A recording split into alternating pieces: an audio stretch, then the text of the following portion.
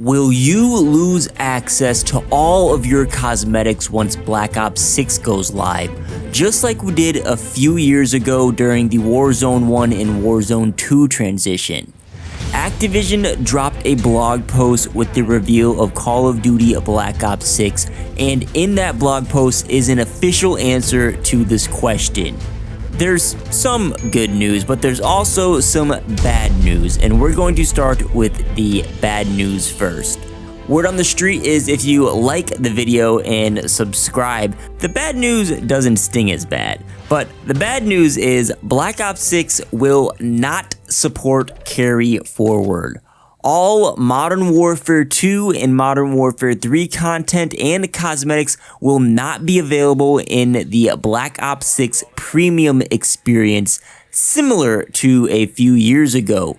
You're currently able to use any Modern Warfare 2 skins in Modern Warfare 3 multiplayer, zombies, and Warzone. However, you won't be able to use anything from the last 2 years in Black Ops 6 multiplayer and Black Ops 6 zombies. The only exception is the Woods Operator Pack pre-order incentive.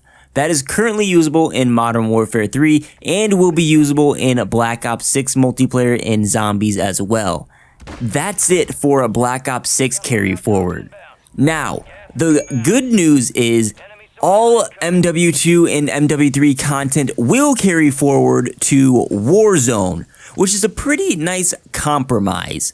So what they're doing is making a distinction between Call of Duty Warzone and Call of Duty Black Ops 6. Right now, which is before Black Ops 6 releases, we got Modern Warfare 2, Modern Warfare 3, and Warzone, and they're all kind of the same game. When Black Ops 6 releases, we're going to have the Black Ops 6 Premium experience, which is the paid version of the game that includes the campaign, multiplayer, and zombies. The premium experience will be Black Ops 6 content only to preserve the Black Ops 6 universe. You won't be able to use any Modern Warfare content within the Black Ops 6 premium experience. But on the other hand, Warzone will still be Warzone. Warzone will likely be more geared towards Black Ops 6 once the game releases and is integrated during that first season. But going off of this announcement, you will be able to use Modern Warfare 2, Modern Warfare 3, and Black Ops 6 guns, operators, skins, weapon camos, and so on. I think this is a reasonable compromise to the decision they made transitioning between Call of Duty Vanguard and Modern Warfare 2 a few years back.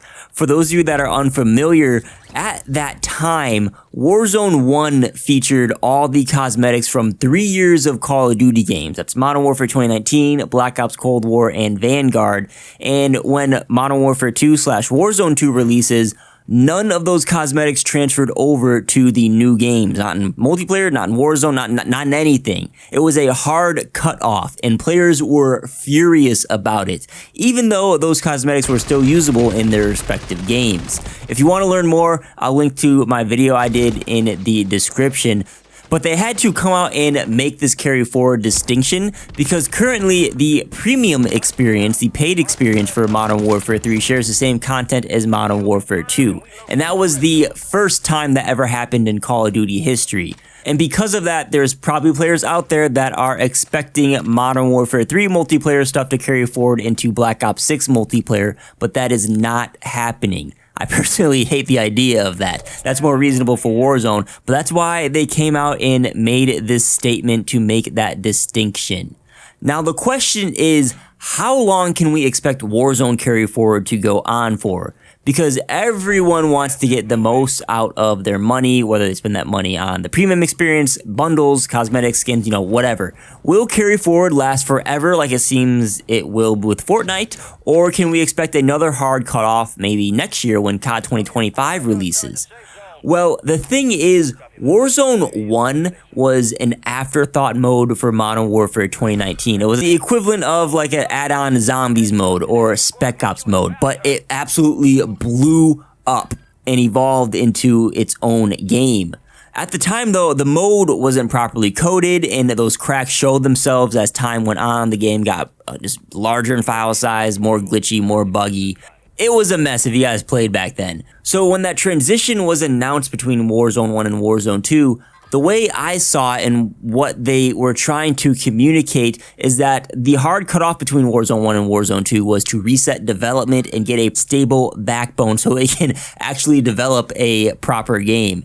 And nowadays, that kind of shaped out to be true because we have the COD HQ that allows you to install and uninstall different portions of each game, including Warzone. Warzone was baked into Call of Duty Modern Warfare 2019 way back in the day, and you couldn't uninstall it. You had to keep adding on to stuff. Again, it was a mess. Nowadays, with the COD HQ, we have that core game file that stores shared assets like the stores and skins and all like the necessary stuff for Call of Duty. So it looks like now they have systems in place to keep carry forward in place, at least for Warzone for years to come, similar to Fortnite. Me personally though, I honestly have no clue how long we can expect carry forward to go on for. The real answer is for as long as Activision sees fit. I could see it going on for many years. I could see a cutoff happening every 3 to 5 years. Maybe there'll be one next year. At some point, systems will need to be rebuilt, and it's just not going to be cost effective to keep pouring everything forward, kind of like we saw with Warzone 1 and Warzone 2's transition. But also, modern gaming is getting very innovative. We're kind of transitioning to like a cloud system. Maybe you'll be able to sustain a game for the next 20 years. I mean, Fortnite's going on, what, 10 years old now, and they just did like a major engine shift just within the last year. So who knows? But my gut says that your skins will be safe in Call of Duty, at least for a bit. I think the determining factor for COD is how the developers will handle bloat.